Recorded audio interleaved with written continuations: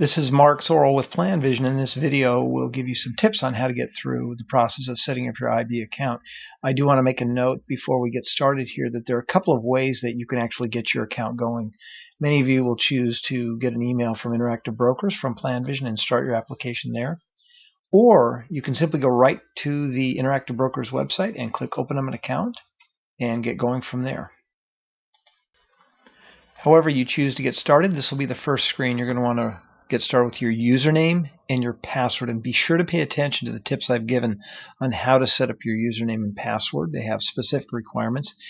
And then also, just as importantly, when you get started on the very first screen, you're going to have to correctly identify your residential country. Your residential country is where you live. It is not where you're from or where you're moving to. It is the country where you live. And where you live is your country of legal residence. There's no reason for you to check yes here. After you verify your username and password with an email verification, you'll get started right here. Your account will be either an individual or joint account. The retirement accounts are only for Americans that are setting up IRAs or Roth IRAs. Your base currency, which you can easily change later, will be the currency that you expect to send into your account and trade as well. By the way, you can also have a multi-currency account if you want in the future. You can easily send in more than one currency to your IB account. In my case, because I'm using that I'm going to invest as a European, I'll select the euro. So I will load in my name and date of birth, get started with my address. If you do not have a zip code in the country that you live in, be sure to put a 0.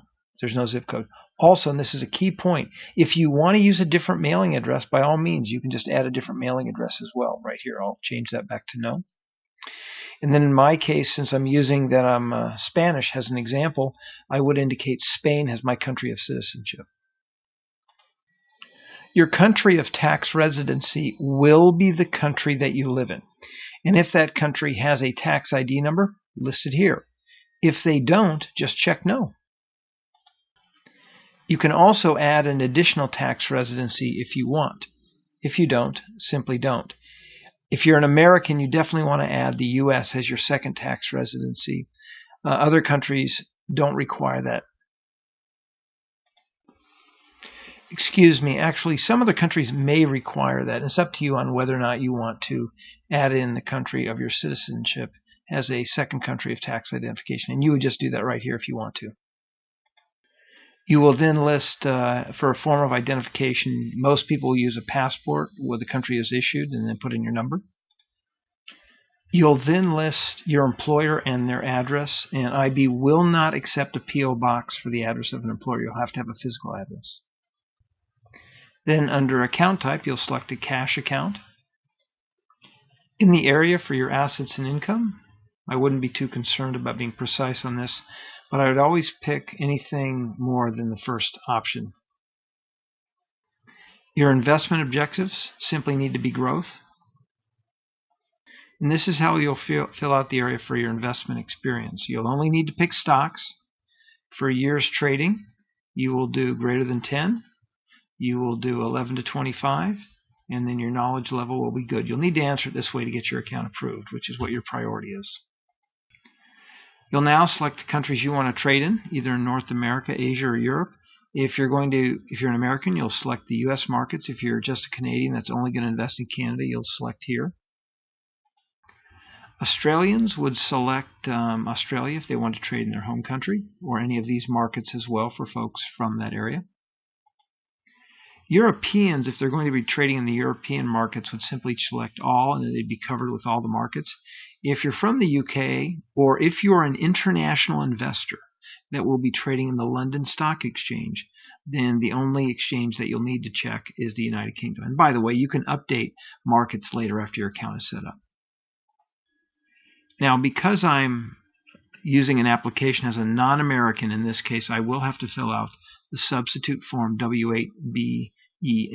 If I'm an American, I will not see this form. The form will be pre-filled out for you. It'll have all the information in for you. You simply need to answer question number 9.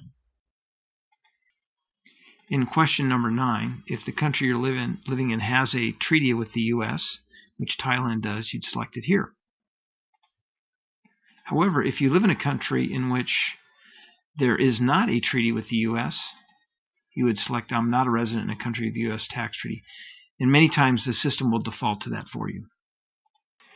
You are now at the part of the application where you can decide how you're going to fund your account. And so your account will say active and ready for funding. So you can go ahead and get started here. What you're going to want to do is to do a cash transfer. And I'll walk you through the two different options depending upon whether or not you're an American or a non-American.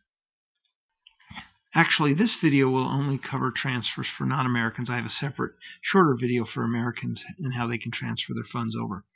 So what you'll do is select cash transfer. Then you'll indicate the currency that you're going to be transferring over. In this case, euros. And then you'll enter the bank that will be transferring your funds from. And you can do an estimate on an amount. You can always change that amount later. It's already indicated euros. And from here, you'll hit confirm notification. And that's it. At this point, what IB has done is generated the information that you're going to need with its bank information in Germany for euros that you can use to go initiate a transfer from that bank to your IB account. And then if you want to create another transfer, you can just start over from here. Now you're ready to upload your documents on this part of the IB section. So you simply go here and you click upload, and you can upload your residential proof of address and then also your proof of identity as well. Now at this point, you don't have to upload your documents, but you can. But even if you don't, what you're going to want to do is to move on to the next step, which is the configuration of your account. This is another important step in the process, and this is the secure login system. And so what you can do for this is you can either use your IB key for your iPhone or your Android, and we definitely recommend that you go through the steps to do that, or you can do the physical secure login device, and this is where you download 224 index codes that you can use on a temporary basis to access information on your account. If you do this, this is what it looks like. By the way, if you do get a temporary security code, you will be mailed a permanent one about 21 days after your account has been funded. So at this point, you've basically completed the process. You just need to make sure that you get your documents uploaded and that you have your security device, or you have a login feature either with your IB key or the 224 security codes. And then hopefully your account will be approved soon.